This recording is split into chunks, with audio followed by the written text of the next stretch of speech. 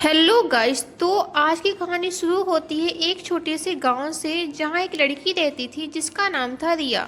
रिया के बाल इतने लंबे थे कि लोग उसे रूपांजल कहकर बुलाते थे। रूपांजल को तो आप सभी जानते ही होंगे, पर किसी को ये नहीं पता था कि उसके बालों में एक बहुत ही बड़ा रहस्य छुपा हुआ है। तो ऐसे ही दिन बीतते गए और एक बार की बात है कि गांव में एक बहुत भयंकर तूफान आया। बिजली चमकने लगी थी, पेड़ गिरने लगे थे और नदी का पानी बहुत तेज से गांव की तरफ बहने लगा और पूरे गांव में अफरा तफरी मच गई। लेकिन रिया ने देखा कि एक छोटा बच्चा नदी के पानी के बहाव में बह रहा है, तो वो दौड़ी और अपने बालों को नदी में फेंक दिया। जैसे ही उसने अपने बाल नदी में फेंके तो बाल ऐसे चमकने लगे जैसे उसमें रोशनी भर आई हो, और उस बच्चे ने उस बाल को पकड़ लिया और वो लड़का बच गया।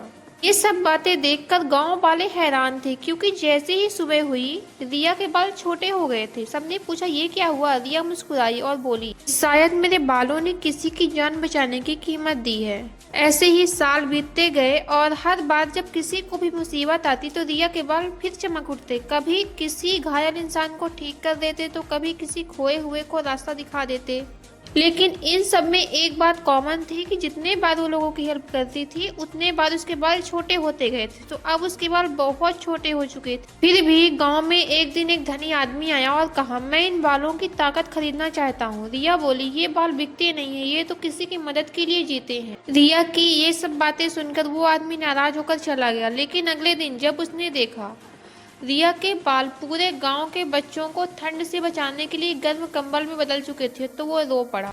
और आप बताना आपको आज की वीडियो कैसी लगी। वीडियो अच्छी लगी तो